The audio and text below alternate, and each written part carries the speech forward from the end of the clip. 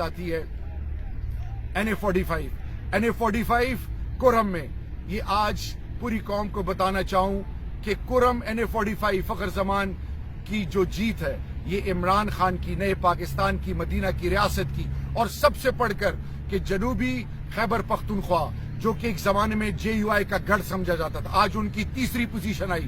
2018 میں یہاں سے JUI جیتی تھی، منیر صاحب جیتے تھے جو اس دنیا میں اب نہیں رہے، آج ایک نئی مثال رقم ہوئی ہے۔ پہلا جیت کس کی ہوئی؟ الحمدللہ تحریک انصاف کی۔ دوسرے نمبر پہ کون؟ آزاد امیدوار، جس کو 2018 میں PTI نے ووٹ دیا تھا۔ JUI تیسرے نمبر پہ آئی۔ یہ کیا ثابت کرتی ہے کہ جنوبی اضلاع خیبر پختونخوا کی قوم آج بھی وفات کے سطح پہ عمران خان کی سوچ اور فکر کے ساتھ کھڑی ہے۔ یہ وہ کچھ حقیقتیں ہیں جو قوم کو بتانی چاہیے۔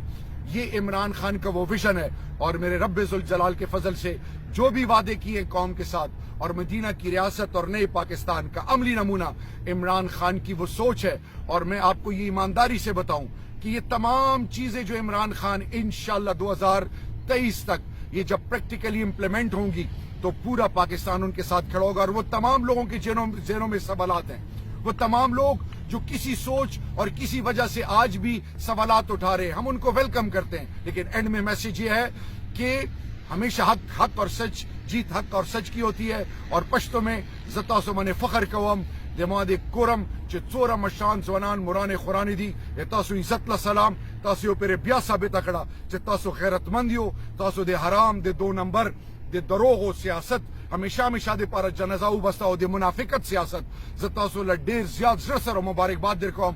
الله مو ایمانونه سلامت لرا، پاکستان زندہ باد، ہمیشہ کے لیے اللہ رب العزت اس دھرتی ماں کو قائم و دائم رکھے، اور عمران خان ہمیشہ کے لیے پائندہ باد۔